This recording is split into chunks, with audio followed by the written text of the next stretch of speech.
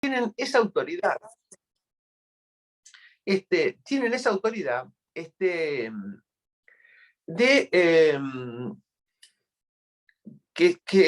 no es la opinión de la clase política del Uruguay, o no es la opinión de la clase política de determinado país, sino que es el mundo entero que nos está diciendo esto se debe hacer así, es lo que la ciencia jurídica y otras ciencias han llegado como ideal de conocimiento en un momento determinado. Obviamente que después al futuro eso se podrá ir mejorando. Esto ha traído también la posibilidad, y nosotros tenemos las reglas de Brasilia sancionadas o que forman parte de nuestro derecho positivo desde el año 2008, y luego hay una corrección en el año 2018. Les decía, la identificación de grupos vulnerables, sea por razón de la edad, cuando se trata de niños más pequeños, o sea razón de la mayor edad, cuando se tratan de personas ya bastante adultas, los dos extremos de la vida, ¿verdad? Se identifica personas que están en una situación fácilmente vulnerables. Lo mismo ocurre con la mujer cuando es víctima de violencia, lo mismo ocurre con las personas con discapacidad, personas que están en contextos socioculturales deficitarios, personas inmigrantes, en fin, hay toda una serie de grupos que se fueron identificando y que movilizan a salir del paradigma que tuvo nuestro derecho, particularmente nuestro derecho procesal, de que todos somos iguales y que a todos nos pueden aplicar el mismo régimen jurídico. Siempre cuento, porque es un dato anecdótico, el 20 de noviembre del año 1989 pasaron dos cosas que son relevantes para el tema que nos ocupa esta mañana. Por un lado, entró en vigencia en Uruguay el Código General del Proceso. Y por otro, Naciones Unidas el mismo día aprobaba la Convención de Derechos del Niño. Nosotros la íbamos a ratificar recién al año siguiente. Pero me parece que es importante destacar estos dos elementos que ocurren el mismo día y que tienen filosofías que en determinados puntos se apartan completamente. Nuestro Código General del Proceso, que se aplica a muchísimos de los procesos de familia en los que ustedes tienen que intervenir, nació con la vocación de que el proceso es único. Si ustedes leen la exposición de motivos de los doctores Chelsea, Vidar y Torello, que son los autores del CGP, ellos manifestaban la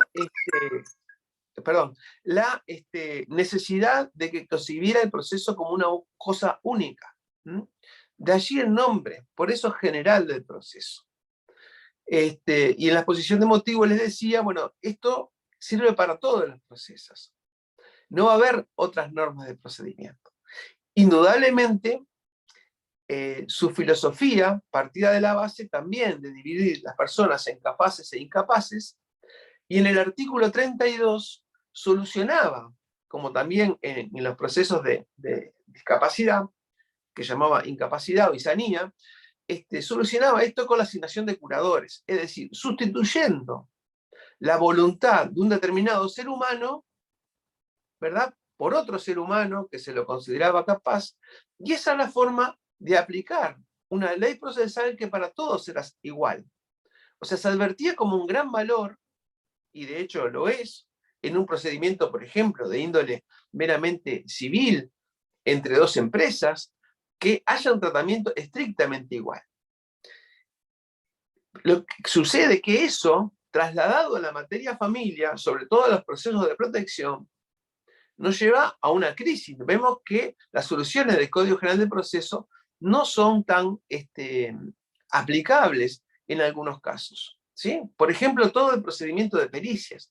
Imagínense ustedes en una denuncia de amenaza o vulneración de derechos, como puede ocurrir también en una denuncia de violencia basada en género, que aplicáramos toda la normativa de las pericias. En una materia que es tan importante, el conocimiento multidisciplinario, que intervengan personas que vienen desde el trabajo social o desde la psicología, desde la medicina, a darnos su colaboración. Si aplicáramos el artículo 183 del CGP, directamente resolucionaríamos, es decir, llegaríamos muy tarde y no se cumpliría la finalidad de la ley, porque realmente nosotros hemos sido formados a partir de esa idea, que el proceso tiene que ser único, y que todos los institutos procesales están pensados en realidad para el proceso civil. Y cuesta mucho la adaptación a la materia familia, sobre todo a la materia niñez. Otra vertiente que me parece bien importante destacar es que nosotros tuvimos una especie de crecimiento abrupto a partir del año 1989, porque nosotros teníamos un concepto muy romanístico de la patria potestad, como aquel conjunto de derechos y deberes de los padres con respecto a sus hijos. Esto por lo menos lo repetíamos en mi época de estudiante, era la definición exacta de patria potestad, ese conjunto de derechos y deberes de los padres con respecto a sus hijos. Y bueno, esto justamente a partir de contribuciones del derecho anglosajón cambió abruptamente, porque en realidad la patria potestad reúne las responsabilidades que tienen los adultos con respecto a sus hijos y reúne también los derechos y los deberes que tienen los hijos respecto de sus padres. Es una cosa muy distinta hablar del derecho del padre a hacer cosas, o de la madre a hacer determinadas cosas respecto a su hijo, con la noción de la responsabilidad que se reconoce por parte de la Convención, incluso por nuestra Constitución, en el artículo 41, a determinados cometidos de la paternidad o de la maternidad. Se los considera responsables, sí, en la crianza y en la formación de los hijos. Pero no es que yo tenga derecho, como padre o como madre, a hacer lo que quiera con mi hijo, sino que simplemente se me reconoce una responsabilidad que tengo como progenitor. Esto es importante porque aún hoy se escuchan planteos, es mi hijo y yo decido lo que se va a hacer. Y bueno, eso está bien, pero hasta determinado punto.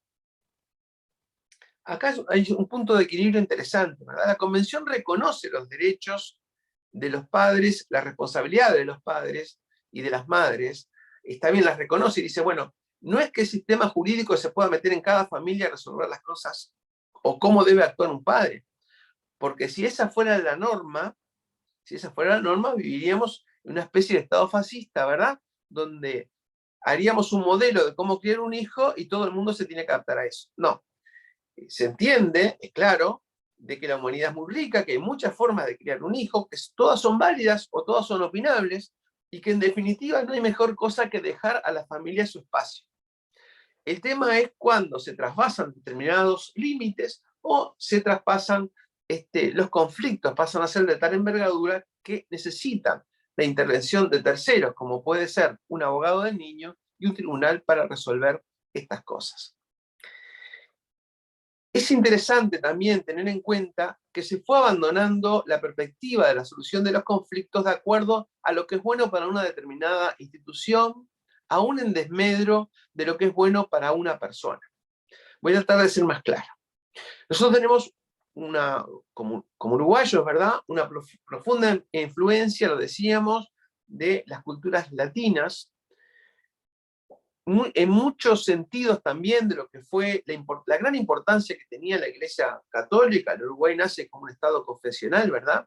A pesar de que había libertad de cultos, pero había una religión que estaba unida al Estado, que era la Iglesia Católica, y por lo tanto se decía que, por ejemplo, la forma ideal de una familia era la matrimonial. Ustedes, no sé si lo recuerdan, pero hasta no hace mucho tiempo, los hijos se dividían en naturales y legítimos. Esta es una definición que estaría prohibida o perimida por ley, a pesar de que se sigue empleando mucho en escritos y en sentencias, resoluciones de Poder Judicial, pero reitero, me parece que es absolutamente inadecuada, porque ahora el Código de la Niñez y la Adolescencia habla de hijos habidos en el matrimonio o fuera de él. Ya no habla más de hijos legítimos o naturales.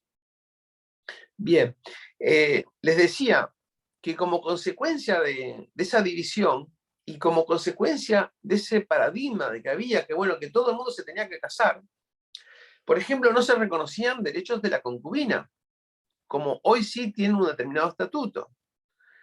O se decía que a los hijos había que dividirlos y los hijos legítimos, los hijos de matrimonio, heredaban mejor. Fíjense ustedes cómo en qué se basaban, cómo era nuestra mentalidad, qué culpa tenían los hijos de nacer fuera o dentro del matrimonio para tener más o menos derechos, ¿verdad? Según nacieron o fuera, o dentro o fuera de él.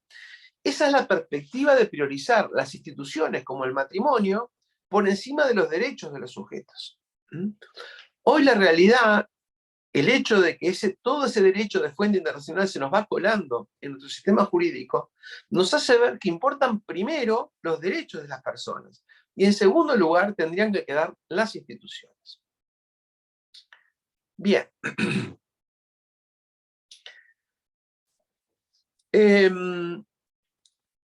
Hay también un muy tímido resquebrajamiento del foribundo, digamos, inquisitivismo que hay en los procesos. Y acá me voy a detener, y ya entrando concretamente en el tema de la defensa de niños, niñas y adolescentes, en, los temas en el tema del proceso de protección, de los artículos 117 y siguientes. En el sentido de que hoy es necesario que la defensa formule una pretensión.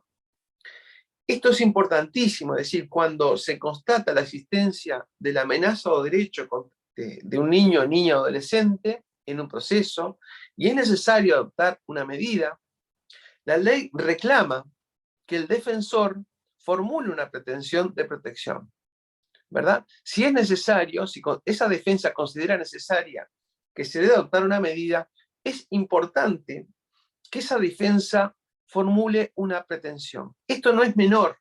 Miren que es un cambio bien importante, está establecido en el actual artículo 120 de CNA, porque lamentablemente durante décadas, por lo menos antes de 1934, no existía la figura del defensor del niño. El código del 34 la establece para aquellos niños que estaban en conflicto con la ley penal, o sea, tenía que haber un defensor. Y después una serie de acordadas fueron admitiendo esta figura, y concretamente había un defensor público en los llamados juzgados de menores, en los antiguos juzgados de menores. Pero su rol se limitaba a evacuar una especie de vista que le daba el tribunal sobre cómo advertía la situación, qué cosas correspondería hacer. Y eso es completamente diferente a exigirle al abogado que formule una pretensión. Me parece que es un escalón más, y me parece muy interesante, ya de entrada nomás, y de pique, que ustedes tengan presentes que a veces en los procesos de protección del artículo 117 a 131 del Código de la Niñez y la Adolescencia, como también en los procesos de alternativas familiares, en el caso que, por ejemplo, en estos procesos que se caracterizan por la urgencia, a ustedes se les designe defensor o defensora de un determinado niño o niña, es importante de que no se limiten a dar una respuesta de expectativa, sino que se involucren con el caso, traten de averiguar cómo es el caso, por supuesto entrevistarse con el defendido, si es que corresponde hacerlo, y plantarse como si fueran los abogados de adulto. Vamos a suponer que en un juicio de divorcio cualquiera, una persona, el marido o la esposa, cualquiera de los dos, introduce una demanda por riñas y disputas, ¿verdad? Y se da traslado a la contraparte. No es admisible, no lo entenderíamos siquiera, que la contraparte, en vez de contestar, admitiendo los hechos, allanándose al divorcio, o contestando de que no se configuró la causal, o que no quiere divorciarse, en fin, alguna de esas actitudes que tenga, decía, eso sería lo natural, pero sería antinatural que ustedes brindaran una respuesta de expectativa.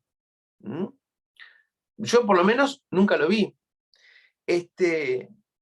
Entonces, si estamos ante un niño que está en una situación de vulnerabilidad con respecto a los adultos, y se les da la oportunidad a ese niño de oírlo, y para que ese niño pueda ser oído en forma adecuada, debe tener un abogado o abogada, es indudable que lo que el sistema espera de ustedes no es que se brinde una respuesta de expectativa, sino que comparezcan y digan, mi defendido quiere tal cosa, o tiene tales cosas que observar, de lo que dijo el actor, de lo que dijo el actor si es el padre, y la demandada si es la madre, o al revés, no importa, ¿verdad? De lo que dijeron los adultos.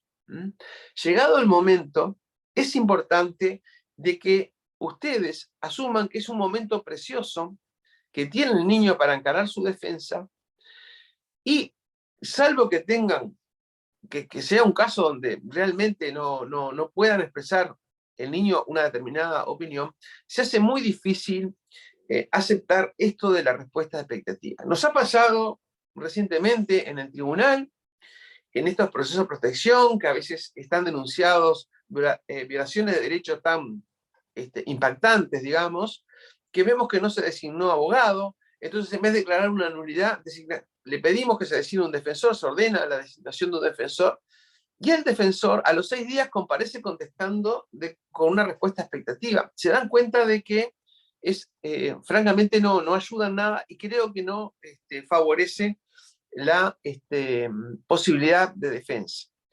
El proceso mejora la calidad, va a ser mejor, cualquier juicio, es una regla que se aplica a cualquier juicio, en la medida que sea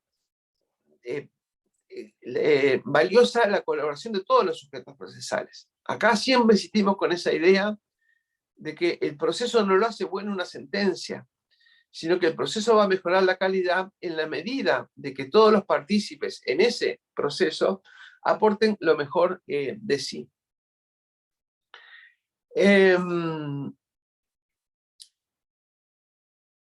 Bien, vamos a saltearnos unas partes. Yo les recomiendo, para quienes lo tengan o de alguna manera lo puedan conseguir, el libro de las observaciones generales, que con motivo de un aniversario, fueron los 25 años de la Convención de Derechos del Niño, editó nuestra Asociación de Magistrados y Operadores Judiciales de Familia, Infancia y Adolescencia, porque allí hay un trabajo muy bueno de la profesora Fernández, que refiriéndose a la importancia de la convención y de las observaciones, dice que estos instrumentos son fuente de derecho positivo y son aplicables a nuestra realidad. Entonces, cuando se puede producir un conflicto o tenemos alguna dificultad de cómo interpretar una norma uruguaya nuestra, de origen nacional, en armonía con las normas internacionales, y aunque veamos una especie de contradicción, por ejemplo, CGP en ningún momento establece en qué momento ir al niño. Bueno, ¿cómo hacemos? Simplemente ella habla de 3 pasos. Lo primero es identificar un estándar que es importante. El Uruguay ha ratificado la convención y con ello ha ratificado la necesidad de que el niño sea escuchado en el proceso, de que se lo oiga. Esto me parece que es crucial. Ese es un estándar, por ejemplo. Ahora vamos a ver qué significa esto de oír, si es simplemente escucharlo o si hay algo más, porque entendemos que es mucho más rico que el simple acto de oír a un niño. Entonces, primero identificar esos estándares relevantes. En segundo lugar, buscar aquellas interpretaciones o integraciones del derecho que sean armoniosas. Es decir, uno parte de la base que el derecho hay que aplicarlo todo, y por lo tanto hay que buscar una interpretación, una integración de que sea armoniosa. Y en tercer lugar, siempre preferir las interpretaciones pro homine, es decir, basándonos fundamentalmente, procurando que los derechos humanos, los derechos fundamentales, no sean conculcados por una interpretación nuestra que sea errónea. Yo me permito recomendarles algunas observaciones generales del Comité de Derechos de Naciones Unidas, el Comité de Derechos del Niño de Naciones Unidas, que me parece, ya les digo, les reitero que son fundamentales. Los derechos del niño contra toda forma de castigo, esos están en la observación general número 8, están todas traducidas al español. y las pueden encontrar fácilmente en internet. Y si ustedes tienen un caso, por ejemplo, donde hay un castigo a un niño, allí van a encontrar muchísimo material sobre cómo proceder en esos casos y cómo debiera encararse el juicio en esos casos. La observación general número 9 hace comentarios sobre los niños con discapacidad. Y también hay poderosas herramientas, nosotros la hemos utilizado muchísimo en el tribunal, digo, en determinados juicios de amparo. Prácticamente la solución al objeto que se estaba discutiendo apareció allí diáfana. La justicia de menores, allí hay dos observaciones, una número 10 que tiene ya unos años, ¿verdad? Y la número 24, que es más reciente, que refieren a los derechos del niño en el sistema de justicia juvenil. Estas se refieren más que nada a los procesos infraccionales o cuando un niño, se acusa a un niño o adolescente, digo niño en la terminología de la convención, ¿verdad? Que empareja a todos. Nosotros tenemos responsabilidad penal adolescente. Bueno, estas dos observaciones, la 10 y la 24, refieren a el niño que ha sido acusado de un delito. Otra que es fundamental, el derecho del niño a ser escuchado, que está en la observación general número 12. La observación general número 13 del Comité de Derechos del Niño, el derecho del niño a no sufrir ningún tipo de violencia. Esta es riquísima y seguramente los abogados pueden encontrar muy buen material allí cuando adviertan de que hay algún tipo de violencia, sea física, psicológica, institucional, que está sufriendo un niño o una niña. Hay una observación general que también es fundamental conocerla, que es la del artículo 14, que habla sobre el interés superior del niño en el proceso. O sea, ¿cómo es que se llega a este concepto de interés superior? Y hay algunos artículos que me parece que son fundamentales en la práctica de la abogacía, porque dicen qué elementos se deben tomar en cuenta cuando se dicta una sentencia que va a afectar a un niño, niña o adolescente. Allí está prácticamente elencado todos los aspectos, ¿sí?, que se debe tomar en cuenta por el tribunal al momento de tomar la decisión.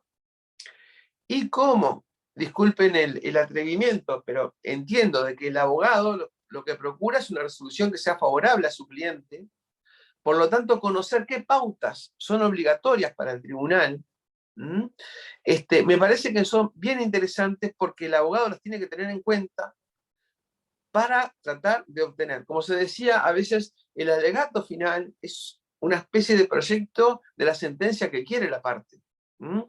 Y bueno, trasladando esa noción a esto que les estamos comentando, me parece bien interesante establecer cuáles son todos los contenidos, todos los componentes, como si fuera una receta de cocina, todas las cosas que tiene que tener una resolución a efectos de ser adecuada cuando se va a dictar una sentencia que va a afectar a un niño, niña o adolescente.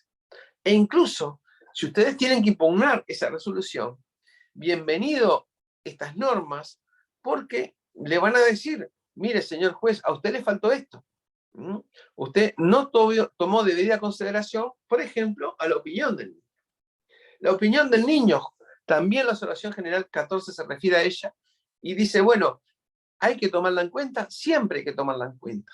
Este es un deber del tribunal. No es que lo pueda tomar en cuenta o no tomar en cuenta si me parece que el niño es grande, si me parece que el niño ha declarado en forma libre, si no declaró en forma libre, si declaró presionado, en fin, lo que sea. Siempre hay que tomarlo en cuenta.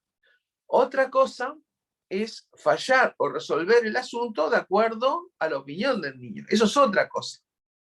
Lo que no se puede ignorar es construir una resolución, es decir, la resolución de un juicio, sin haber tomado en cuenta lo que dijo el niño. Aunque no estemos de acuerdo, sea en la propuesta de ustedes, sea en la resolución del tribunal, sobre lo que se va a hacer después. Bueno, rápidamente les comento que si pueden, descárguenselo en la computadora, estas observaciones generales que hemos dicho hasta ahora. Quiero grabar esto. La 8, la 9, la 10, la 12, la 13, la 14. La 18, que habla de prácticas nocivas que se advierten en los procedimientos. Esta es conjunta con una elaborada por el Comité CEDAW, de discriminación contra la mujer, ¿verdad? La observación 31, y es la 18 del Comité de Derechos del Niño. Es decir, los dos comités de forma conjunta. Hay una muy interesante, y quienes tienen hijos adolescentes, me parece que les puede interesar más allá de nuestro trabajo profesional, que es la explicación de los derechos del niño y la niña durante la adolescencia.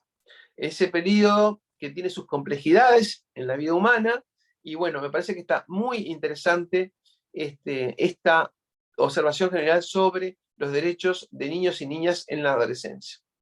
La 21, que habla de los niños en situación de calle, de los privados de medio familiar, los principios generales relativos a los derechos humanos de niños en el contexto de la migración. Este tema, migración y niñez, tratan las observaciones generales 22 y 23. Y finalmente, una que también puede ser bastante interesante, sobre todo a veces nosotros vemos con mucho reparo cuando se agregan fotografías tomadas sin consentimiento del niño, ¿verdad? De pronto un progenitor se ve entusiasmado y filma al niño, le toma fotografías para demostrar, bueno, conmigo se lleva bárbaro, conmigo me quiere mucho. Bueno, la observación general 25 habla sobre los derechos del niño en relación con el entorno digital. A mí me parece que también sería interesante que ustedes las tuvieran en su escritorio virtual, se la pueden descargar, porque nos da una determinada pauta de cómo se deben respetar los derechos del niño aún en este contexto, ¿verdad? En este mundo tan digitalizado que estamos viviendo. Bien, vamos a saltear. Marianela, tú me dices si hay alguna pregunta, si habíamos quedado en eso. Sí, tenemos preguntas, Eduardo. ¿Me escuchás? Sí, te escucho. Si querés plantear alguna. Una pregunta que dice, no se identifica la persona, quien la realizó, me sale Galaxy A2. Si una terapeuta particular manifiesta que el niño no se encuentra apto para declarar, ¿cómo proceder? Bien, ahora, perfecto. Es una pregunta interesante, sobre todo esto se verifica en los casos de abuso sexual, ¿verdad? Donde de pronto el niño o la niña ha sufrido tal trauma que se hace muy difícil recibir su declaración, y por otro lado estamos necesitando, ¿verdad?, de esa declaración a efectos de llegar a una resolución. Si será problemática la cuestión, que la Fiscalía General de la Nación tiene una unidad de víctimas, uno de cuyos cometidos es justamente procurar que poner a la víctima en condiciones de declarar. Y un sonado caso, la Operación Océanos, que le llevó meses desvirtuando todo el procedimiento. En esos casos, es una cuestión que se debe resolver judicialmente, ¿verdad? Se debe tomar en cuenta la opinión de esa terapeuta, y nos pone en el difícil equilibrio si realmente esa terapeuta está en lo cierto, o si hay un interés allí de que el niño no declare, porque hay algún adulto que pretende que el niño no declare. Es una cuestión que se vuelve muy difícil, como todas habrá que solucionarlo de la mejor manera posible y en cada caso concreto. No es muy posible, digamos, hacer unas apreciaciones generales. Lo importante es destacar que la declaración del niño siempre es una facultad, o un derecho facultativo. Un derecho facultativo es aquello que yo puedo ejercer o no, y no me trae ninguna consecuencia negativa si decido no ejercerlo. El niño se encuentra, o la niña se encuentra en esa situación de derecho facultativo. Incluso, en algún caso se previó por nuestro legislador, estoy buscando la norma ahora, para no decirles mal, el 126, número 2, también inserto en los procesos de protección, dice que habla de la limitación de la concurrencia de niños, niñas o adolescentes a la sede judicial. se restringirá al máximo la concurrencia al tribunal sin perjuicio del derecho de su ejercicio facultativo a declarar conforme al artículo 12 de la Convención de Derechos del Niño. Quiere decir que a veces, aunque haya un obstáculo que alguna parte dice que no está en condiciones de declarar y lo demás, acá me parece importantísimo el rol del abogado, que se pueda entrevistar con el niño, porque en muchos casos nos sorprende de que ellos sí quieren ir a declarar. Ellos necesitan declarar. Y por lo tanto, aún con todas las prevenciones, este artículo 126 está inserto en los casos de maltrato y abuso sexual, o sea, en esa sección del CNA. Aún en esos casos, aunque alguien entienda, por ejemplo, informe una terapeuta de que el niño no está en condiciones de declarar, acá pasa a ser fundamental la opinión del abogado defensor de ese niño, que se pueda contactar con él y que advierta si es así. Y bueno, si el abogado llega a la conclusión de que el niño no puede declarar, habla con la terapeuta y escucha las razones y entiende que está más que justificado que no pueda declarar, así lo transmitirá. Pero quizás el abogado también reciba, o una vez que hable con el niño, la opinión del niño de que sí quiere ir a declarar. Bueno, en ese caso me parece que prima el derecho facultativo. Reitero, me viene a la mente un montón de hipótesis, no, lamentablemente no hay ninguna regla clara en esto, ¿no? El proceso judicial no puede victimizar, o sea, no puede ser un niño que ha sufrido determinado trauma, una agresión violentísima a sus derechos, ¿verdad? No tiene por qué transitar un proceso judicial con toda la agresividad que puede significar un proceso judicial. Y por lo tanto, en caso que esté justificado que no pueda declarar, bueno, no declarar. Hay aprovechando dentro de la respuesta, me parece una precisión que es bien interesante. Nuestro país se formó o tuvo esa cultura de que si nombramos a un juez buen padre de familia, como refería la norma de 1934, el Código de Niños de 1934, quizás algunos colegas que veo que están aquí en la sala virtual me tendrán que escuchar de vuelta insistir sobre este tema, pero en varias generaciones de CEJU leíamos la exposición de motivos del Código 34, donde se decía de que no era importante de que el juez de menores fuera un gran jurisconsulto, más bien se requería que fuera un buen psicólogo, un buen sociólogo y por sobre todas las cosas un buen padre de familia. Y está macanudo, o sea, yo supongo que es deseable en cualquier país del mundo, en esta materia como en cualquier materia, que el juez o la jueza sea una persona buena y que tengan buenas intenciones, ¿verdad? Pero eso no es suficiente, eso es una fantasía. Es decir, yo como juez, por el hecho de ser juez, por tener el título, estoy sometido a determinado régimen disciplinario estricto, sí, eso es así, pero no me convierte en la garantía del niño. Yo pienso que la garantía del respeto de los derechos del niño es la obra de varias personas que se están controlando. Y acá pasa a ser insustituible la figura del defensor. Por eso insistimos tanto en recordarles lo que en nuestro humilde concepto son los deberes de esa defensa. Que no basta que den una respuesta expectativa. Es fundamental que se metan, se sumerjan en la defensa del niño, porque ustedes tienen, vamos a decir, esa defensa de ese interés tan particular, de un sujeto que está en situación de vulnerabilidad. Y lo nuestro es juzgar. Pero los jueces no somos defensores de los niños. No nos corresponde ese rol. Es importante, más allá de que intentemos ser buenas personas y que estemos animados de los mejores sentimientos, es importante reconocer, esto lo dice el mundo, o sea, no es que lo digamos acá en Uruguay, que la labor del abogado defensor es insustituible. Entonces, en ese caso, volviendo a la respuesta, en la opinión de la terapeuta, bueno, yo quisiera que pasara por el filtro del niño y después adoptar una resolución. Si es realmente que el trauma ha sido tan impactante de que el niño no puede declarar, me parece que ya amerita una reunión con la terapeuta, amerita una reunión con el niño y después transmitir al tribunal cuál es la situación. Bien, ¿alguna pregunta más, Elena? Y Eduardo, acá tenemos justamente en relación a lo que acabas de contestar, Ana Carvajal, que dice que es terapeuta, entiendo que la valoración del terapeuta es imparcial y no debería estar sesgada por la intervención de los adultos referentes. Me parece bueno el intercambio con el abogado defensor para explicar el porqué de una valoración, aunque por lo general no recibimos ese tipo de inquietud. Sí, muy buena la participación, estoy completamente de acuerdo.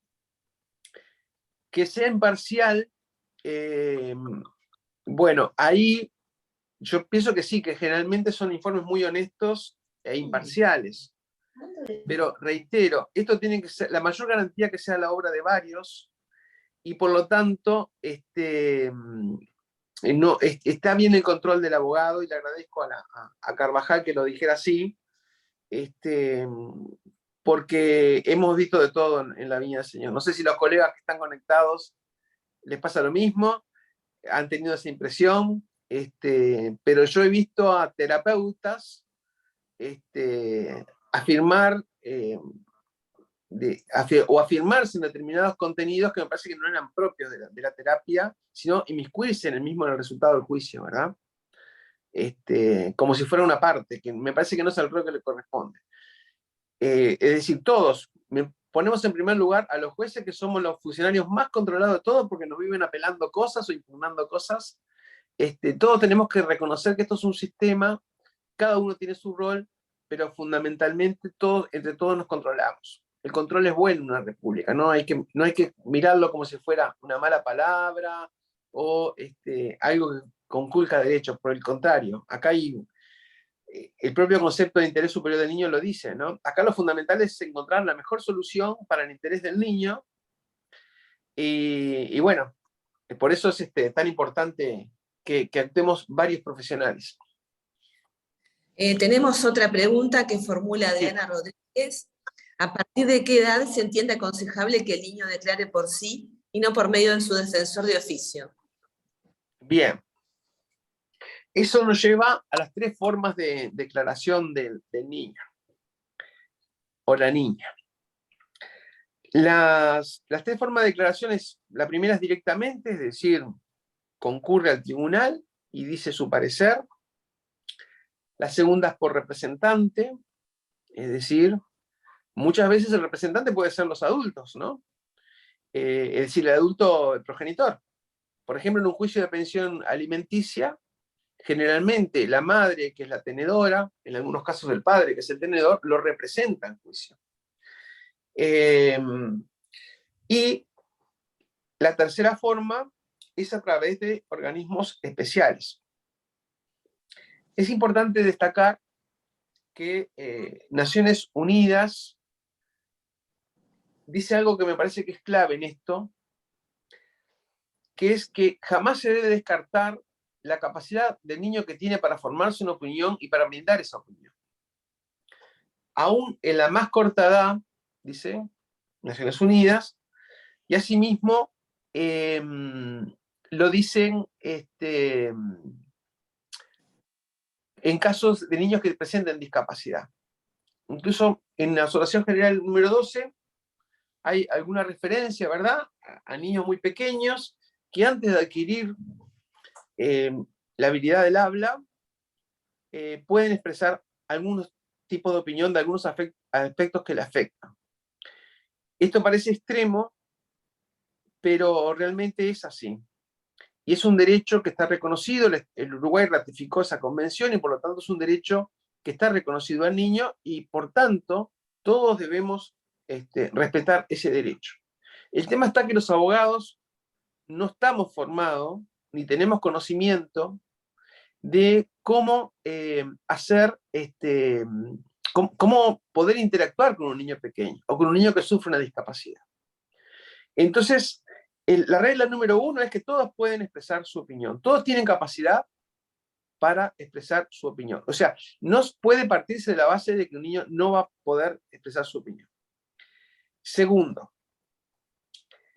hay que hacerlo, lo puede hacer directamente, lo puede hacer a través de un representante, reitero, pueden ser los progenitores, o en este caso le va a corresponder al abogado defensor, a la defensa de ese niño, a que una vez que se contactó con el niño y conozca su opinión, lo pueda transmitir a una audiencia, lo puede transmitir a los sujetos procesales y a las otras partes, sea al tribunal. Y la tercera forma es a través de organismos especializados. Es decir, esta es una materia multidisciplinaria, debemos reconocer los aportes que se nos puede hacer de parte de la psicología, de parte de la psiquiatría, de otras ciencias, ¿verdad? Del trabajo social, porque quizás son ellos los indicados para escuchar al niño y después transmitirnos a nosotros que somos abogados para incorporarlo al juicio esa opinión. ¿Cómo proceder de una forma u otra? Dependerá de cada caso concreto. Esa es una resolución jurisdiccional que el tribunal debe adoptar en base, entre otras cosas, a la opinión del abogado. Acá me parece fundamental que el abogado pueda entrevistarse con el niño y transmitirle al tribunal, bueno, mi defendido quiere declarar, mi defendido no quiere declarar, esto lo agobia, ¿verdad? Aceptó hablar conmigo y puedo transmitir tal cosa o tal otra, o en determinado caso tiene que intervenir un órgano especial. Esto hay que hacerlo a través de un psicólogo o de algún profesional que esté en condiciones de poder contactarse con el niño y poder transmitir la opinión de ese niño. Reitero, no hay reglas. Me parece fundamental asumir esto, de que hay que solucionar cada caso concreto de la mejor manera posible. Esto nos lleva de la mano a algo que me parece que es siempre importante entender. Yo soy muy crítico de las soluciones procesales que tuvieron algunas normas, sobre todo la ley de violencia basada en género, que significó un avance sustantivo y de gran importancia.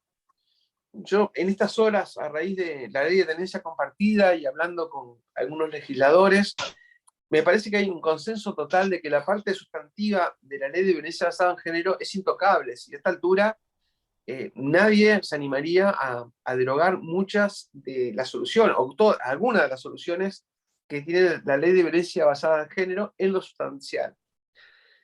Lo que ha llevado a mucha discusión y a mucho dilema es la parte procesal. Y como decía Torello, cuando lo procesal anda mal, lo afectado es el derecho sustantivo, ¿verdad? Lamentablemente, cuando el procedimiento funciona mal, lo afectado es el derecho sustantivo.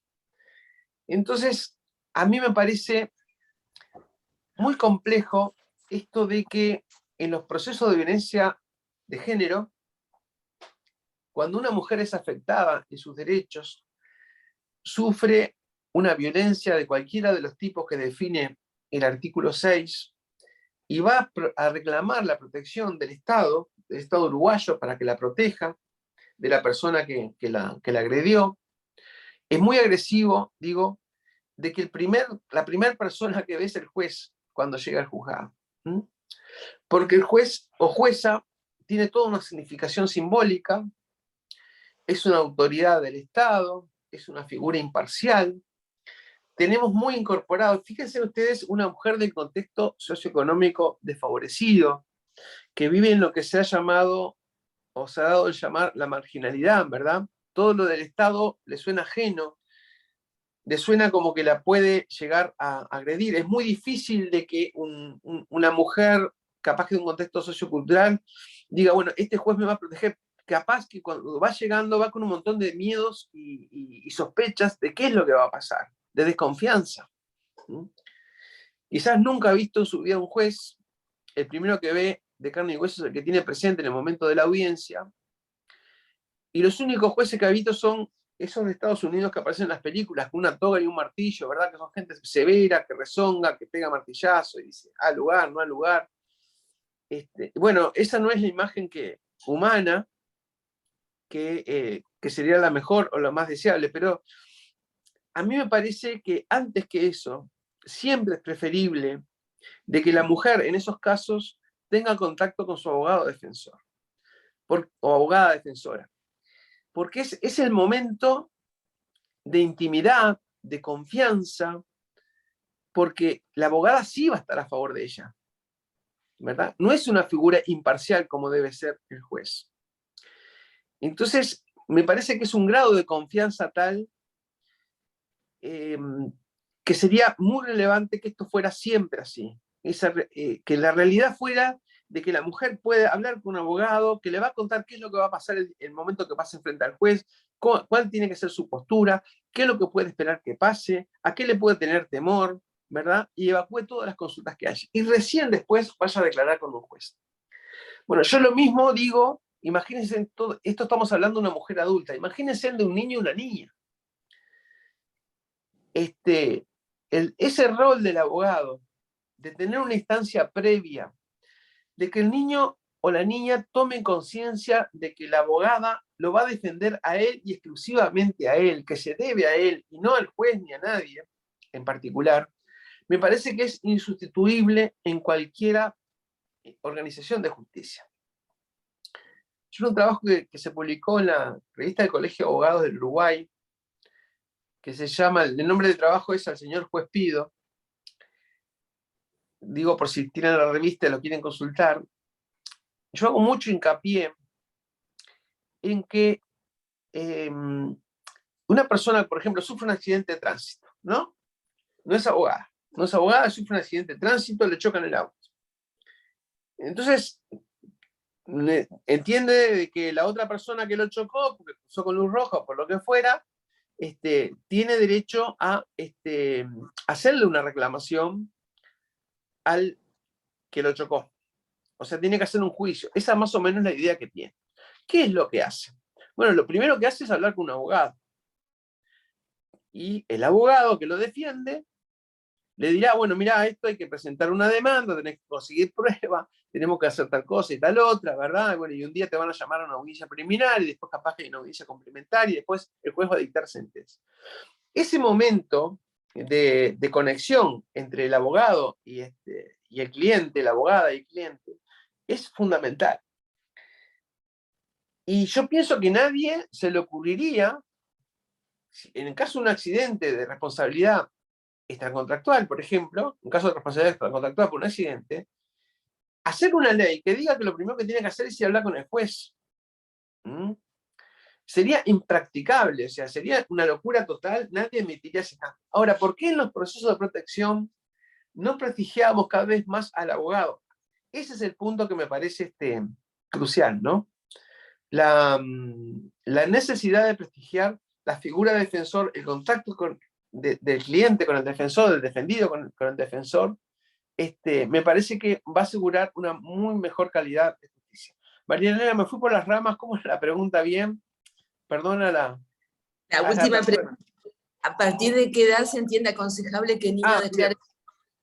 Bien, entonces justamente yo pienso que la abogada está en perfectas condiciones después de entrevistarse con el niño y en cada caso concreto no hay límites establecidos, decir, bueno, este niño puede declarar o no puede declarar. Eso es un poco la respuesta final que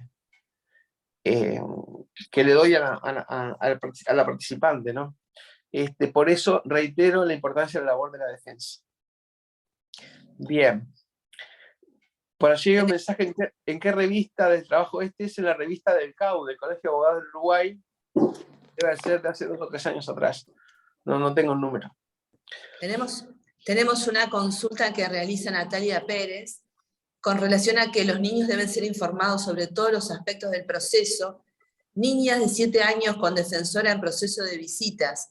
Al momento de designar perito, psiquiatra, la madre realiza denuncia de abuso agregando como prueba testimonial a la defensora de las niñas y grabaciones de las diversas reuniones que tuvieron. Actualmente soy la defensora en especializado. ¿Hasta dónde es correcto la agregación de esa prueba sin conocimiento de los menores? A ver, no me repites, Mariana, no entendí bien. Es decir, no, en un juicio de visitas... dice, en un proceso de... con defensora en proceso de visitas, al momento de designar pericias psiquiátricas, madre realiza denuncia de abuso agregando como prueba testimonial a la defensora de las niñas y grabaciones de las diversas reuniones que tuvieron. Actualmente soy la defensora en especializado. ¿Hasta dónde es correcto la agregación de esa prueba sin conocimiento de los menores? No te puedo aclarar porque es... Sí, Pero más o menos, capaz que algunos conceptos sí podemos, algunas conclusiones podemos ir adelantando, ¿no? Eh, Aparentemente, la abogada toma conocimiento de un presunto abuso sexual en sus conversaciones con los niños, ¿es así? Aparentemente sí, no sé si Bien. en les quiere aclararlo, no sé si tú querés preguntarle. Sí, a mí me parece importante algo que está relacionado con esto, y es que tendríamos que instaurar en la práctica, de alguna manera esto lo hablamos con el presidente de la Suprema Corte de Justicia en la reunión que tuvimos, es que en general los adultos cuando tenemos un abogado, si por ejemplo tenemos un conflicto con nuestra pareja y tenemos muchos juicios de tenencia, visitas, de patria potestad, en fin, cuestiones económicas, tenemos un solo abogado, porque sería un caos que tuviéramos un abogado para el juicio de tenencia, otro abogado para el juicio de divorcio, otro abogado para... hay que tratar de fomentar la unidad de la defensa. Si hay un proceso en familia común y un proceso en familia especializado, que con temas muy conexos, no está bueno que los abogados sean diferentes. En ese caso, lo que me lleva a razonar es que si son abogados diferentes, bueno, tendrían que ponerse de alguna manera de acuerdo y la propia abogada comparecer como defensora de los hijos, también en calidad de denunciante, ¿no? Si ella advirtió esa circunstancia, que existió un abuso sexual, si es que no entendí mal la letra del caso, me parece que ella tendría a su vez que coadyuvar con la parte denunciante en el proceso de protección que se tramita ante familia especializada. Lo otro que me parece importante destacar es que quizás se vea en un brete en el sentido de que los niños no quieren que esto se transmita. ¿Qué hace en un caso así? Bueno, son esas circunstancias de cuando hay un conflicto, ¿verdad?, entre lo que quiere el niño y lo que entiende la abogada que corresponde hacer en el caso concreto. Ahora bien, creo que lo tiene que transmitir. O sea, en un caso de abuso sexual, si el niño se lo comentó a la abogada, y aunque el niño le pida que no quiere saber nada, indudablemente que el niño le pida que no quiere que se haga ninguna acción, a mí me parece que indudablemente ese niño no está pudiendo ejercer un derecho porque quizás no se ve a sí mismo como víctima, no advierte los derechos que tiene. Y yo lo que haría, me parece que en esto es un tema bien difícil y bien opinable, y bienvenida a la opinión de todos, pero me parece que es transmitirle al juez, mire, mi opinión es esta, pero la opinión del niño es la otra. O mejor dicho, primero la opinión del niño cuál es, y segundo, mi opinión como profesional es tal y cual, ¿verdad? Habrá que verlo en el caso concreto, la verdad que no, es un caso bien difícil lo que nos plantea la colega. Y reitero, si puede, habría que buscar un acercamiento, si los defensores o las defensoras son diferentes, habría que buscar un acercamiento para tratar de consolidar una unidad de defensa. Porque si no, esto es un desmadre. Es decir, es como si un adulto tuviera, reitero, un abogado para el juicio de visita y otro abogado para el juicio de pensión alimenticia, y que los dos piensen diferente. La verdad que no sería muy, muy, muy bueno, digamos, para la defensa, ¿no? Para la calidad de la defensa. Bien. Tenemos más preguntas, no sé si querés que siga. Sí. Bueno, Giovanna Díaz pregunta, en casos de abuso sexual infantil, se suspenden las visitas con el abusador, si este es progenitor pero solo existe la denuncia, la terapeuta consecuentemente durante más de un año dice que el niño no debe declarar y Fiscalía no se expide sobre la existencia o no real del abuso. ¿Mantenemos siempre la suspensión o podemos ir retomando? Bueno, acá tenemos el conflicto de competencias, ¿verdad?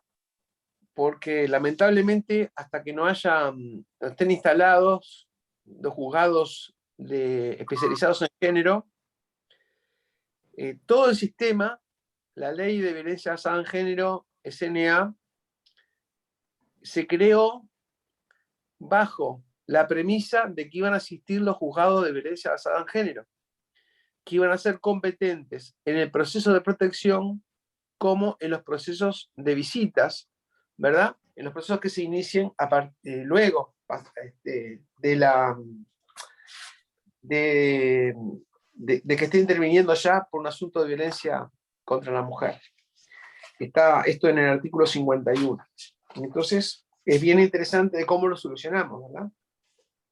Está en el literal C del artículo 51 de la Ley de Violencia Basada en Género: los juzgados letrados especializados en violencia basada en género, doméstica y sexual van a entender en C, los procesos relativos a divorcios, pensiones alimenticias, tenencia y visita, suspensión, limitación de la pérdida de patria potestad, en los casos que con una antelación de hasta 2 años se haya adoptado judicialmente alguna medida cautelar.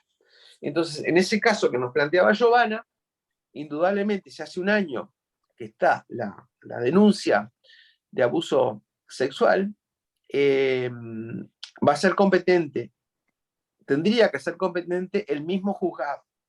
No sé si me explico. Se creó toda una ingeniería de que el mismo tribunal, el mismo defensor, iba a intervenir en todos los procesos relativos a esa víctima. Nuestra ley de violencia basada en género es muy particular porque, además de entender de que la mujer, o considerar a la mujer como sujeto de protección, considera también a niños, niñas y adolescentes como sujetos de protección, más allá de que sean varones o mujeres. Entonces, volviendo al caso, tenemos un niño, una niña, no sé cómo será el caso, abusada.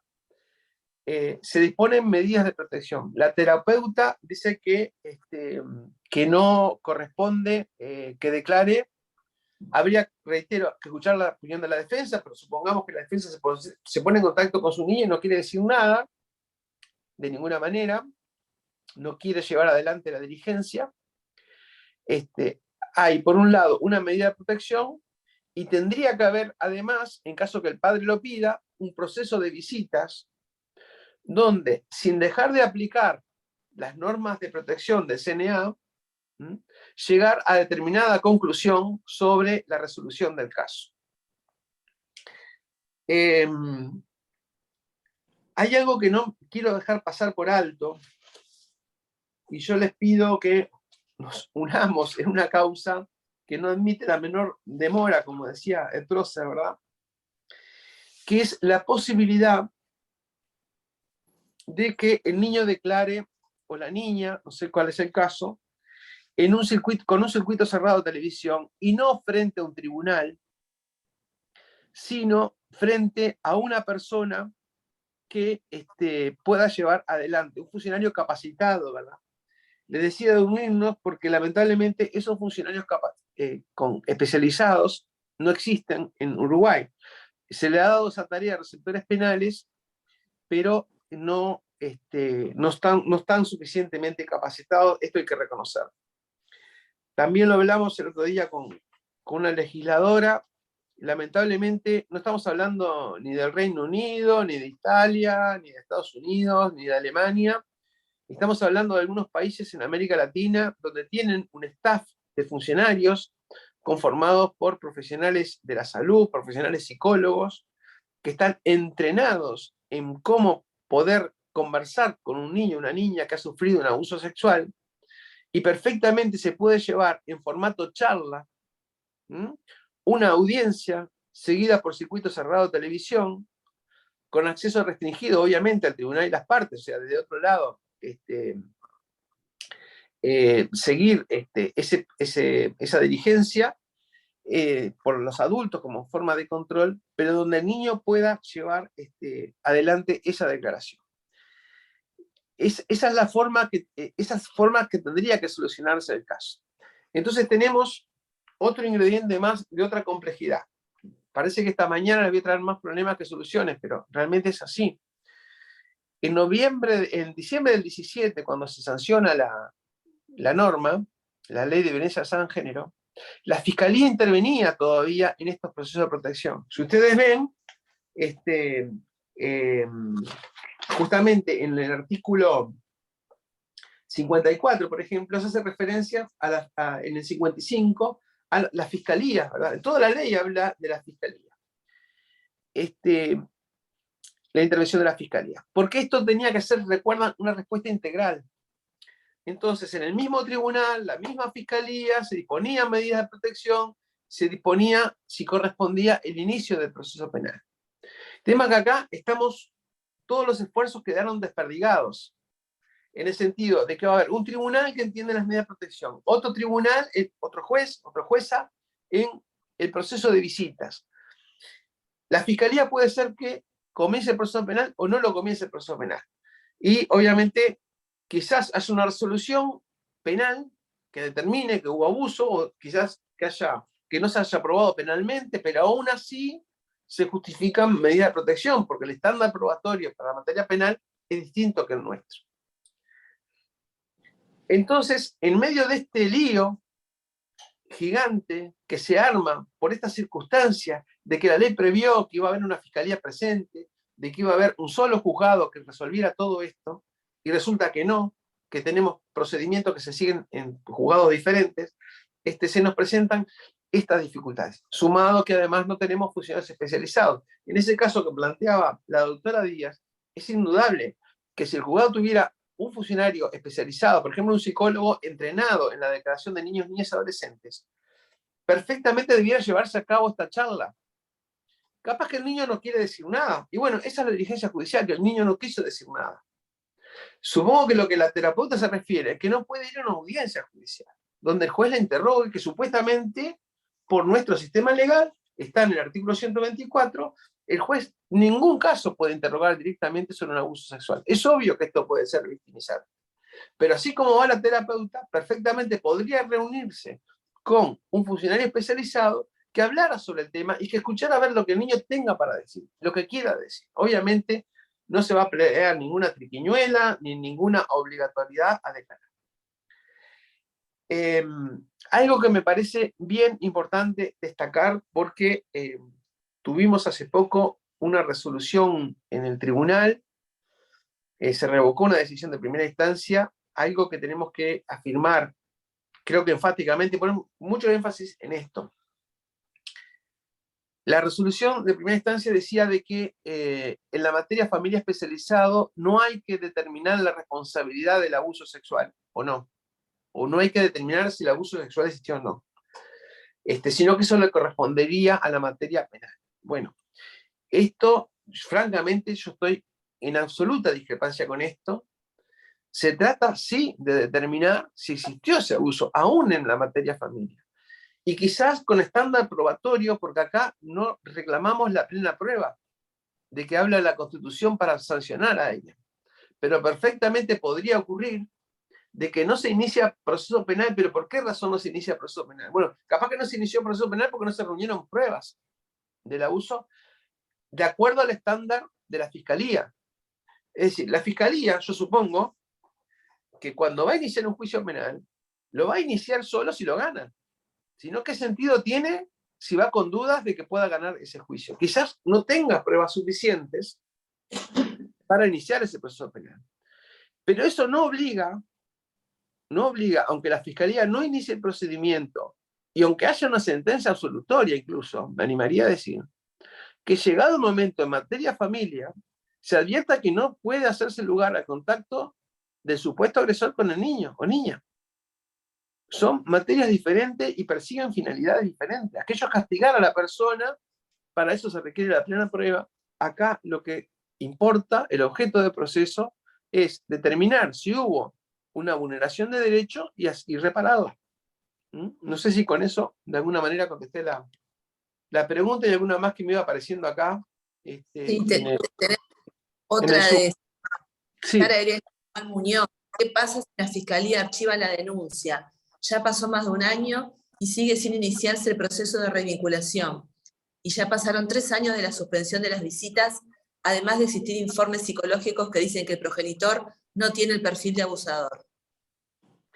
Bien, habrá que resolverlo en el caso concreto, pero reitero, es decir, ante una situación de abuso sexual se despliegan varios procedimientos, potencialmente se pueden desplegar varios procedimientos. El penal, que en este caso aparentemente no hubo progresos, la Fiscalía decidió no seguir adelante, no sabemos por qué. Si es que no siguió adelante porque no tenía pruebas o porque comprobó que el padre o el denunciado, no sé quién es, no era agresor. Supongo que el padre, porque estamos hablando de derecho de visitas. Por alguna razón, la fiscalía no siguió. Otro proceso que se inicia a partir del mismo hecho de supuesto abuso sexual es el proceso del CNA de 123 y siguientes, ¿verdad? Las medidas de protección. Lo que se requiere acá es de inmediato una medida de protección. Y es clarísima la solución del literal E del artículo 124, en el sentido de que no procede la revinculación hasta que el niño lo pida, la víctima lo pida, y como condición que se agrega que haya informes, informes favorables a esa revinculación. Bien, pero el tercer juicio que puede tener lugar es el juicio de visitas, que tiene mucho más garantías que el proceso de urgencia que se adopta como medida de protección. Aún ese proceso de visita, esto no quiere decir que no se puede aplicar, por ejemplo, 124 literal E, en el sentido de que no procede la revinculación hasta que el niño no lo pida expresamente y cuente con el visto bueno de los técnicos. Pero en un caso o en otro, en estos dos procedimientos no penales a que estoy haciendo referencia, el de medida de protección como el de visitas o de tenencia, lo que sea, es indudable que parte del objeto del proceso es determinar si existió el abuso o no. Porque si en algún momento se llegara a la conclusión de que no existió el abuso, es obvio que se desaplica todo esto. Lo que habrá que determinar, y reitero, yo le pediría, si es que alguno de ustedes está haciendo la defensa de este niño o niña que no quiere declarar, considerar esta alternativa, considerarlo con el juzgado, considerarlo con la defensa de los adultos. Bueno, no tenemos posibilidad de una cámara Gesell. ¿Existirá la posibilidad de hacer algo parecido? Les comento algo que tuvimos que nos pasó en el tribunal hace poco. Era un caso de una niña de 14 años, una adolescente de 14 años, esperando familia, estaba embarazada, y aparentemente lo que se había denunciado era de que el novio era agresivo con ella, que ejercía algunos actos de violencia, el padre de la criatura, ¿verdad? Y bueno, se había decretado la suspensión de visitas, perdón, se había decretado como medida de protección, de que esta jovencita no tuviera contacto con el novio. Y bueno, había,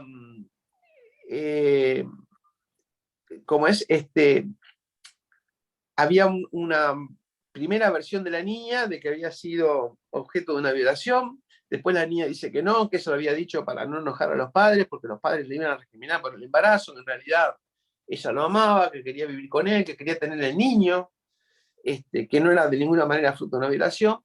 Y ahí se nos planteó, ¿verdad?, esa interrogante tan gigante que tenemos en estos casos, si realmente si el embarazo era fruto de una violación o si, y la chica se estaba retractando, ¿verdad?, una retractación por otros motivos, pero estaba faltando ahora, en esta segunda oportunidad, estaba faltando a la verdad, o si realmente lo había dicho para no enojar a los padres, ¿verdad?, para no asumir una responsabilidad frente a los padres.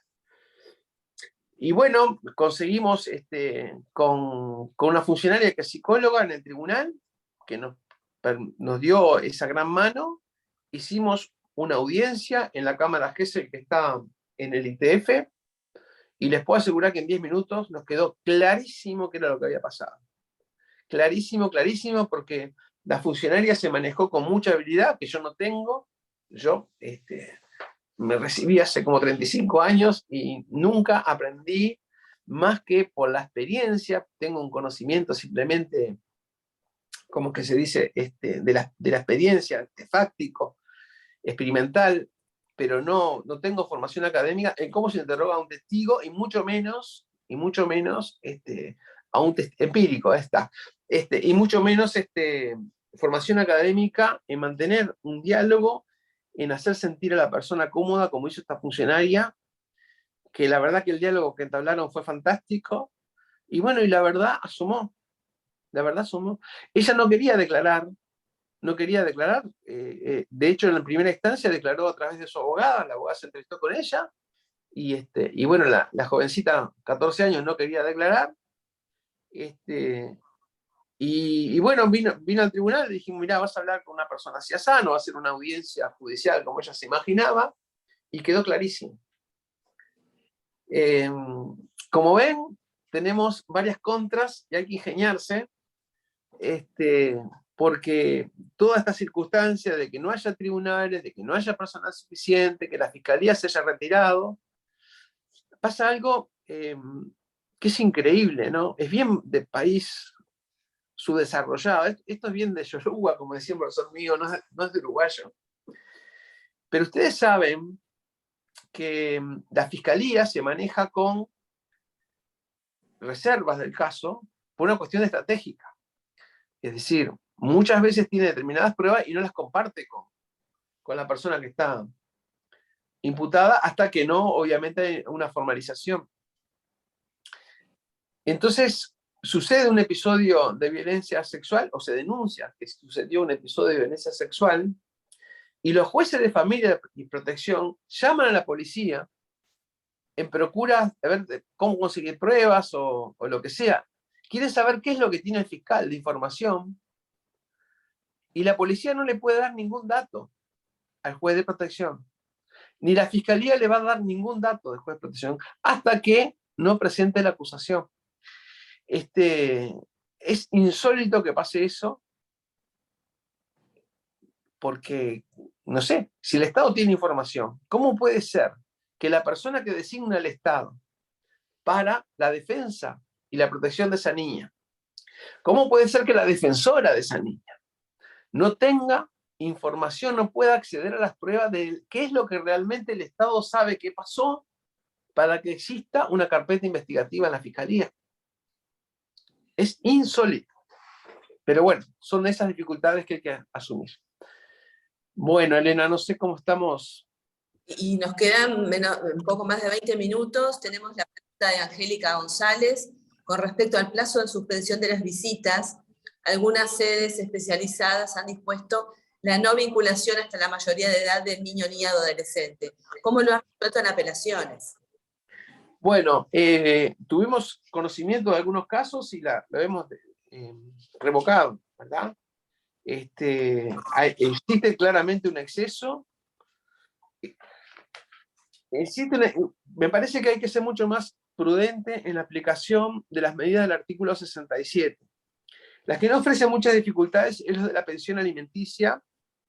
A veces viene algún agravio referido al monto, pero bueno, nosotros indudablemente eso lo derivamos a que concurran, a que hagan los juicios ante familia común, digamos, que corresponda por la pensión alimenticia.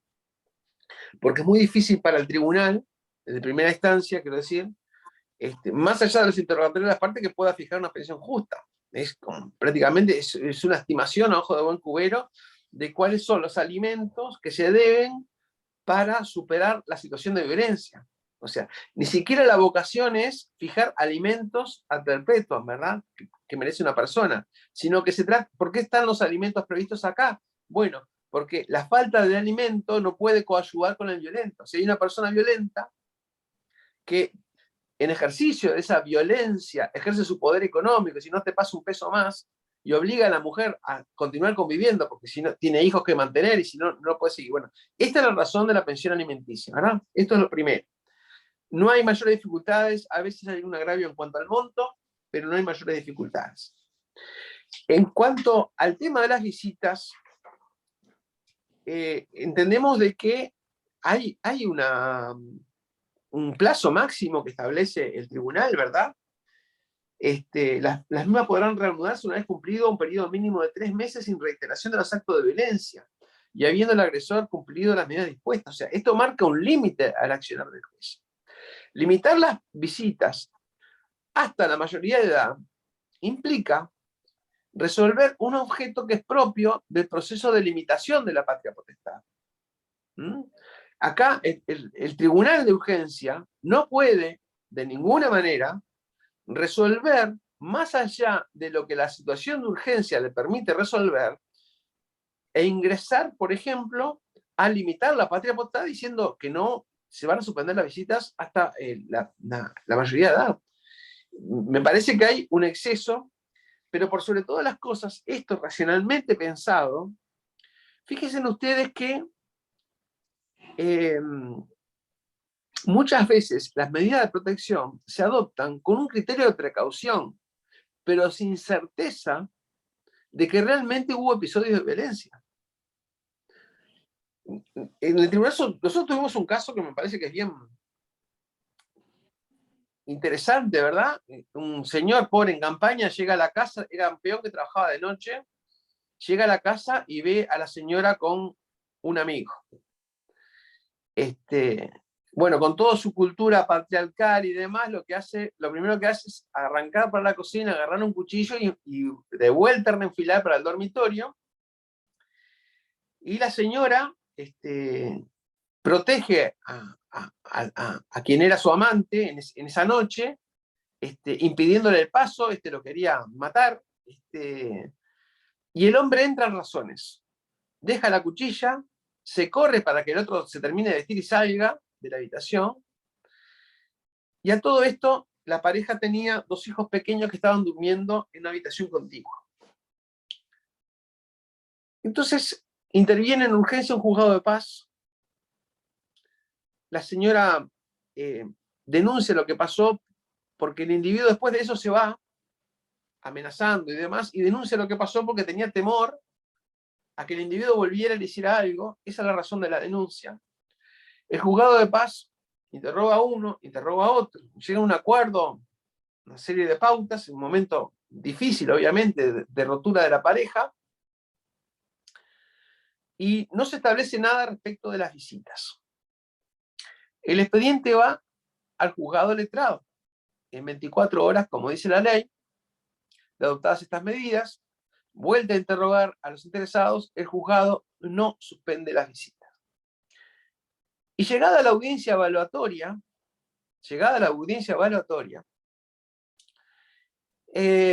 sin tener los niños abogado, sin tener los niños defensa, había cambiado el juez letrado.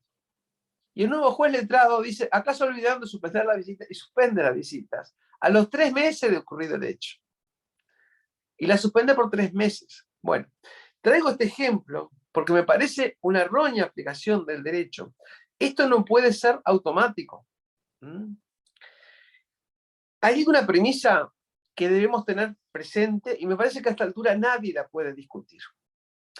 Un niño que presencia violencias contra su madre, cualquier tipo de violencia, sea psicológica, sea física, por supuesto, por parte del padre, es tan víctima como la madre de esa violencia. Lo dice claramente el artículo 123 del CNA. El niño que está expuesto a violencias contra su madre u otra mujer a su cargo debe ser considerado víctima, y no víctima secundaria ni indirecta, es víctima principal. Es obvio que esto es así. Por eso les decía que nuestra ley, por suerte, incluye como sujetos de protección a los niños varones y a las niñas, aparte de la mujer. En el artículo 9 está clarísimo, de la Ley de Violencia basada en Género. Porque si, por ejemplo, se registra esa violencia permanente, ¿verdad? Insultos, amenazas, desmerecimiento de la figura de la madre frente a los niños no sufren horrores. Y por lo tanto, sean varones, sean niñas, estas personas, estos hijos, son sujetos de protección. Son sujetos de protección. Por eso me parece que a esta altura lo recalco porque me parece que es necesario así asumirlo. Ahora, esta aplicación automatizada a la suspensión de las visitas no puede ser tal como si los niños fueran televisores, porque sería tratarlos como objetos de derecho y no como sujetos de derecho. Para mí es fundamental que los niños cuenten con una defensa, que los niños puedan expresarle al defensor, ¿verdad?, cuál es la situación. Sobre todo, considerando que muchas veces la violencia no es comprobada, pero igual disponemos medidas de protección a la mujer, e igual disponemos medidas de protección a los hijos, por principio de precaución, aunque no estemos convencidos, ¿verdad?, de la existencia de violencia. Cuando pasamos al tema de visitas, yo me quedaría mucho más tranquilo, no, considero que es mi deber escucharlos al niño. Desde el Consejo de Niñez y Adolescencia del Uruguay, cuando se estaba elaborando esta norma, se agregaron dos incisos que están al final. Fíjense ustedes que dice: a tales efectos debe darse el cumplimiento de lo dispuesto en el artículo 8 del Código de la Niñez y de la Adolescencia, que es obviamente que refiere al derecho a ser oído y a que se tenga en cuenta su opinión cuando se toman resoluciones que la afecten. E iguales criterios deben seguirse respecto a las personas adultas declaradas incapaces. O sea, si en la misma escena de violencia, ¿verdad?, hay una persona que ha sido declarada incapaz, también debe escucharse su opinión. Esto me parece que es fundamental, es un pilar del Estado de Derecho. De que todos los sujetos que van a ser afectados por una resolución judicial tengan la oportunidad de expresar su opinión. Yo pienso que, digo, un poco acertando opinión o arriesgando opinión en esto que se está discutiendo ahora de las denuncias falsas y las denuncias auténticas, por nuestra experiencia, yo, primero que nada, no hay porcentajes, se escuchan porcentajes por ahí, pónganlos en duda. Yo escucho mucho golazo, digamos, sobre si hay un 10%, un 20%, un 25%, un 5% de denuncias falsas. Me parece que no hay ningún estudio serio que nos avale eso. Yo considero que sí, que indudablemente la inmensa mayoría de las denuncias son auténticas. Son gente que está sufriendo, son mujeres que están sufriendo y que presentan esas denuncias. ¿Saben dónde se ven claramente que la denuncia es auténtica? En los escritos a veces de apelación, de que presentan muchos varones. El escrito es un ejemplo de violencia de género. Cuando denigran a la mujer, ¿verdad? Es una mentirosa, que es una artera, y que ella, que me quiere sacar los hijos, me quiere esto, me quiere lo otro, y de pronto no asume para nada la propia responsabilidad. Ahí es clarísimo de que existe una actitud violenta de parte del varón, y bueno, eso pasa. Pero puede ocurrir también, y de hecho tuvimos casos clarísimos donde luego se comprobó que la denuncia era falsa. Les comento un caso que me pareció bien paradigmático, que nos impresionó muchísimo en el tribunal. El caso era el siguiente. Vivía una pareja con una hija propia y además vivía una hija mayor de la mujer, adolescente de 17 años. En determinado momento, era una pareja que se estaba llevando mal, la madre denuncia al señor porque por actos impropios respecto de la hija suya, de la madre sola, ¿verdad?, de 17 años, como que era actos sexuales impropios, ¿verdad? Bueno, inmediatamente se suspendieron las visitas, no se escuchó a las niñas, a la adolescente, hija de la mujer, y a la niña, hija de la pareja. No se las escuchó. La niña era de edad escolar. Llega en apelación y nosotros resolvimos, porque no se había designado defensa a la niña, designarle una defensa a la niña a cuyo respecto se habían suspendido las visitas. El único agravio de esta persona, de este varón, era de que se habían suspendido las visitas y él entendía de que, bueno, que la denuncia era falsa y que no correspondía a la suspensión de las visitas. Fíjense ustedes lo importante de la labor de la defensora, que se designó en ese caso, que es una labor excelente, porque entre otras cosas, y a pedido de su clienta, de su defendida, era una niña de 8 años, fue hablar con la maestra. Y la niña, la maestra, le había hecho una carta porque había presenciado cómo se había elaborado una denuncia falsa y que ella extrañaba al padre y que quería ver al padre. Cuando la abogada defensora presenta eso, ahí se interrogó al adolescente que formaba parte de la denuncia y admitió que en realidad los hechos que se habían alegado de violencia sexual contra ella no existieron. Yo me traigo este ejemplo que fue extremo. Miren que no quiero decir que esto sea lo normal, esto rara vez ocurre, pero ocurre. Le traje este ejemplo que me parece extremo para compartirlo con ustedes para que adviertan la importancia del rol del defensor, porque el defensor llega a lugares que nosotros los jueces generalmente de nuestra postura imparcial no llegamos. Entonces, Si toda persona en este país tiene derecho a contar con un abogado, a mí me parece que una persona que está en situación de vulnerabilidad tiene más derecho, incluso, si se quiere, a contar con un abogado, de tener quien lo defienda en el proceso. Que no esté de parte ni de la madre ni del padre, que esté solo a favor del hijo. Importante destacar, entre esas patologías que aún hoy se ven, esto ocurrió hace unos días en el tribunal, donde el abogado de una parte adulta nos dijo: la abogada del niño no está actuando en forma imparcial. Y obvio que no tiene que actuar en forma imparcial. Imparcial acá es el juez. La abogada del niño tiene que actuar parcialmente a favor de su defendido. Esto es clarísimo. Yo pienso que es, con el respeto debido al colega abogado que había presentado ese escrito, pero a mí me parece que es un error garrafal hablar de que esa abogada no estaba siendo imparcial. Tiene que ser parcial. Y obviamente, y defender la postura que corresponda. Y si es coincidente con la postura de la madre, vale igual. Y si es coincidente con la postura del padre, también vale. Lo importante es que sea genuina defensa del niño.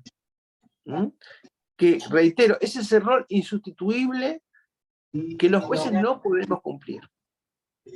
Por eso me parece tan importante ir conformando este estatuto de que se asuma la importancia del rol de ustedes en el proceso. Eduardo, sí.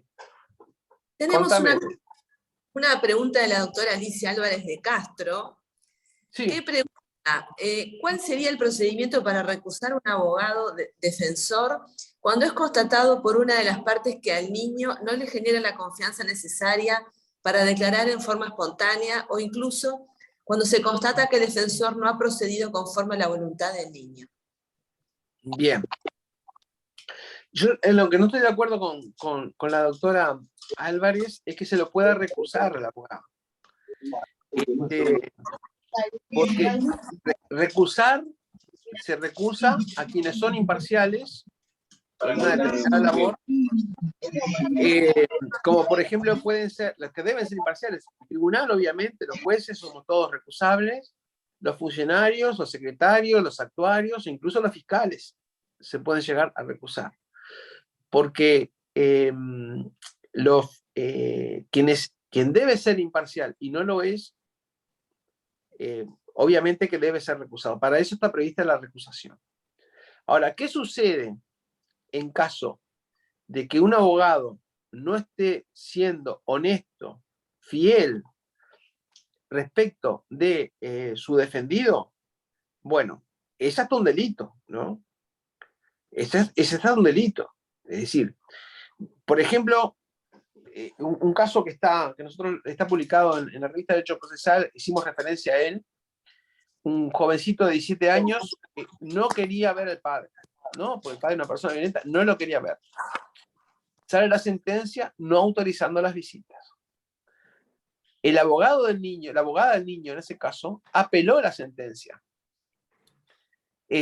Apeló la sentencia diciendo de que ella consideraba que era mejor que viera al niño, al padre, que las visitas se cumplieran. Cuando nosotros vimos que había algo raro allí, lo llamamos a audiencia de segunda instancia. Vino el joven, 17 años, y fue clarísimo de que no quería ver al padre y explicó por qué.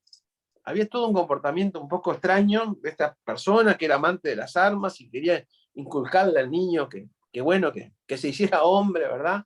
Y había toda una serie de contactos con material pornográfico que afectaba mucho a este jovencito que no quería saber nada y no quería ir con el padre.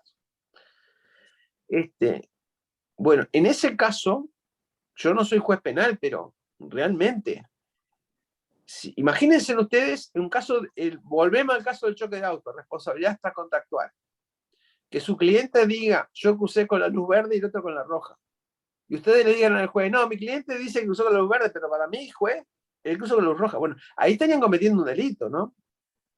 Es clarísima la tipificación del 186, que es del Código Penal. Bueno, acá lo mismo. Acá es una conducta que entiendo que se debe denunciar. Denunciar sí. Lo que no estoy de acuerdo que sea recusable. le compete al tribunal la designación del abogado defensor. En el caso que el abogado defensor no esté cumpliendo con su labor, me parece que también le compete la remoción y la sustitución. Tenemos, por ejemplo, para aplicar por fundamento de ley análoga, lo que sucede con los curadores, ¿verdad? Si el curador no está cumpliendo su función, debe ser relevado y disidente para eso. Y en estos casos me parece que sí, correspondería denunciar la situación y que bueno, que el tribunal lo viera, que viera el caso. Pero no es recusación, porque si no es recusación, estamos hablando como si fuera una figura imparcial. Y no, el abogado tiene que ser bien parcial a favor de su defendido. Bien. No sé, Eduardo, si querés continuar o porque estamos ya próximos a finalizar. Próximo. Algo que me parece capaz que importantísimo repasar, estoy abriendo el CNA. Nosotros publicamos en la jornada de derecho procesal de La Valleja, de Minas, que se hicieron en el 2019, un trabajo sobre el estatuto del niño en el proceso, que si lo consideran, capaz que lo pueden ver, porque me parece bien interesante, en el sentido que nosotros decimos que hay un montón de normas desperdigadas por nuestro sistema jurídico, que van elaborando un estatuto. Una de esas normas está en el artículo 118, otra en el artículo 119 CNA, que refiere a proceso de protección. Pero yo entiendo que estos dos artículos, 118 y 119, son aplicables a todos los procesos de familia y familia especializada. Bien, entonces dice el 118, los derechos de las niñas y niños y adolescentes en el proceso, ¿verdad? A recibir un trato digno, que se tenga en cuenta su edad y las especiales circunstancias que atraviesa. Tengan presente esto, me parece bien interesante. Un trato digno significa que consideremos a ese ser humano con toda su dignidad, como una criatura única del universo, como somos todos y cada uno de nosotros, que no es un menor, ¿verdad? Que tenga que ser tratado de forma diferente. Por lo tanto, un poco volviendo a lo que hablamos recién del abogado, el abogado tiene que ser fiel, porque si no, está tratando de forma indigna a su cliente con lo que son las expresiones de un niño. Puede dejar constancia que no está de acuerdo, está perfecto, pero tiene que transmitir la voluntad de ese niño. A que cualquiera sea su edad, se tenga especialmente en cuenta su opinión, sus necesidades y sus expectativas para la efectiva restitución de derechos, atendiendo en los casos que correspondan al principio de autonomía progresiva. Tiene derecho al asesoramiento y patrocinio letrado. Asesoramiento y patrocinio letrado es mucho más que entrevistarse un rato con él y luego transmitir cuál fue el resultado de la entrevista. El asesoramiento y el patrocinio letrado, yo estimo que es que ese abogado vaya y defienda con igualdad de armas que tienen los abogados de los adultos, los derechos de ese niño en juicio. Si tiene que ofrecer pruebas, si tiene que contestar, si tiene que promover incidentes, todo eso está incluido dentro del asesoramiento y patrocinio letrado. Tiene derecho a ser informado respecto del estado de las actuaciones y las posibles resultancias del procedimiento. Esta labor, a veces los jueces lo hacemos, pero es insustituible, reitero, el contacto del abogado con su niño. Nosotros, capaz que en una audiencia podemos en un rato decirle algo de cómo sería el juicio, qué es lo que puede llegar a pasar, está bien, pero es mucho mejor que ustedes tengan ese tiempo, ese momento de intimidad con su defendido. Y entre los deberes y responsabilidades, dice entrevistar a quien, el del abogado, ¿verdad? Perdón, deberes del abogado, entrevistar a quien defienda al inicio de la actuación para interiorizarse de la situación y conocer su opinión y necesidades. Informarle y asesorarle respecto a sus derechos, escuchar y tener en cuenta su opinión en todas las etapas del proceso, y en especial a la hora de tomar decisiones que afecten directamente sus condiciones de vida. Llevar adelante todas las acciones judiciales necesarias para el restablecimiento, protección y efectividad de los derechos del defendido o defendida. Estas dos normas, entiendo yo, que conforman un estatuto jurídico de los niños que son aplicables, obviamente, acá al proceso de protección, porque están incluidas en el título 11, en el capítulo 11 del CNA, pero entiendo que son aplicables a todos y cualquiera procedimiento. incluso el de familia especializado que hacíamos referencia, ¿verdad? Es importante, si se va a tomar la decisión de afectación de las visitas, aunque sea una cuestión de urgencia que no se pudo hacer en ese momento, que en el plazo más inmediato posible tengan contacto con su abogado, con su abogada, que ese abogado hable con el niño, que le diga qué es lo que pasó, qué es lo que puede esperar que pase, y que indudablemente en algún momento se presente ante el tribunal y diga, mi defendido quiere esto, y considera que su derecho es este, o cual, o tal, que puede coincidir con la resolución del tribunal, o puede no coincidir. Pero, reitero, es fundamental. Para el final, como parte del estatuto de la defensa, algo que no siempre estoy de acuerdo con los colegas, es decir, a mí no me agrada mucho esto de que fijen los honorarios. Yo sé que para algunos de ustedes está bien porque les posibilita que y ustedes mismos lo piden, ¿verdad? En el caso que ustedes pidan, por ejemplo, cuando está terminando un juicio, que regulen los honorarios y consideren del caso, bueno, estarán a lo que resuelvan. Ahora, yo pienso que vamos a dar un paso importante el día que se entienda que la labor del abogado de un niño suele ser mucho más compleja que la labor del abogado de un adulto, o por lo menos tiene otras complejidades que la labor del abogado de adulto no tiene. Y por lo tanto, sea por juicio de regulación de honorarios, que pienso que, salvo que el abogado quiera que el juez lo resuelva en el momento, que ahí estoy de acuerdo, bueno, el abogado le pide, yo quiero que mis honorarios sean tantos, y el juez le hace lugar, está perfecto. Ahora, en otros casos, me parece que hay que empezar a apuntar a que los honorarios a que tiene derecho el abogado del niño, que lo tienen que satisfacer ambos padres, no pueden ser calculados en desmedro de lo que significa el cálculo de honorarios del abogado de un adulto. Esto me parecía importante destacarlo. Hay que dignificar la labor del abogado defensor del niño, y esto también me parece que forma parte de esa dignificación, ¿verdad? Esto de que fijamos X u R, y a veces en cantidades míseras, me parece que no es adecuado, sobre todo porque, reitero, la defensa de un niño en juicio tiene complejidades que no tiene la defensa de un adulto. Bueno, María Elena, faltan 2 minutos para las 11, puede ser. Quedamos Bueno, allí. Eduardo, te agradecemos muchísimo, la verdad que excelente la exposición. Generaste un interés tremendo, los comentarios, que no hemos podido leer todas las preguntas y los comentarios, pero bueno, mañana esto continúa, ¿no?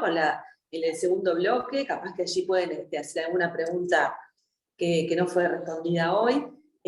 Con respecto a una apreciación que hizo el doctor Achar en relación a los conflictos de competencia entre familia común y especializado, queden tranquilos que se viene también ese tema que vamos a tratar en breve, que en el mes de octubre, en una jornada, que vamos a presentar una investigación que realizaron asociados. Y bueno, muchas gracias a todos, muchísimas gracias Eduardo, excelente como siempre, y nos vemos en la próxima. Bueno, muchas gracias a ustedes. Las consultas que tengan que hacer, por favor, por mail, con respecto a temas administrativos. Buenos días. Buenos días, gracias a todos. Buena jornada. Buenos días. Gracias. Mañana el mismo, ¿no?